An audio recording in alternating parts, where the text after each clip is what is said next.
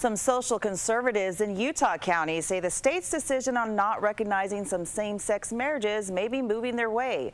The governor's announcement was well received at two conservative gatherings in Utah County.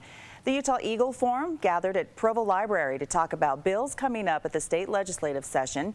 In particular, they plan to fight a non-discrimination ordinance proposed by State Senator Steve Urquhart of St. George. They say the bill would protect behavior they consider immoral. Once we said there's nothing wrong with homosexuality, we opened the floodgates, and it doesn't matter what the laws, I'm sorry, it doesn't matter. That's right. We work as hard as we can, but it's the perception of the people, and we are intimidated into not saying anything, even though this lifestyle harms people.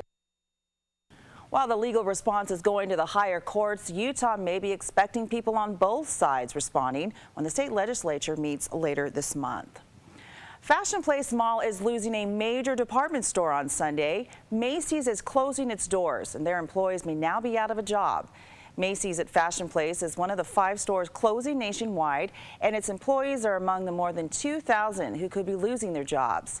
Only the Murray location will be shutting down almost immediately, meaning there won't be any clearance sales. Shoppers say they're sad to see the store go. It's kind of shocking, actually. I'm upset. I love Macy's. It's pretty sad if, a lot of people are going to lose their jobs and, now there's going to be a big hole in the mall. The store's 42 employees may lose their jobs with severance, and others may be relocated.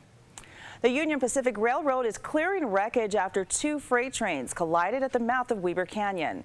A locomotive and several boxcars went off the tracks. The Union Pacific Railroad spent the entire day and night trying to remove all the wreckage and get the train moving again. Union Pacific officials will conduct its own investigation, but as of right now, it won't say why the trains were on the same track at the same time. Witnesses say the crash was surreal. Something from a movie.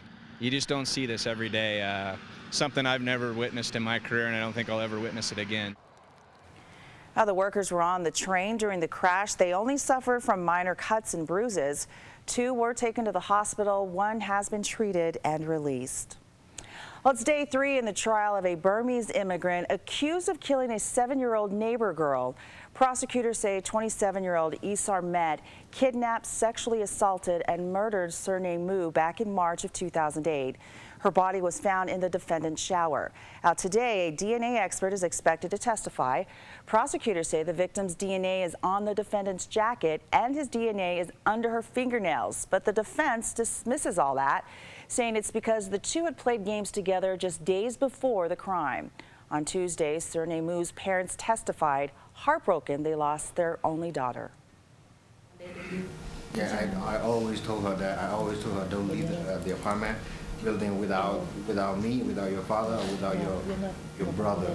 And when late in the evening, when I don't see her, I thought this is something big, something really bad happened to my family, my little girl.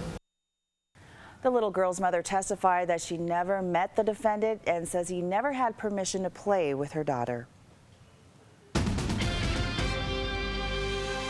While bitter cold temperatures are expected to ease over much of the U.S., the winter weather is now packing a punch to the Great Lakes area, where roads there are impassable in many spots. Fox News correspondent Laura Engel has the story.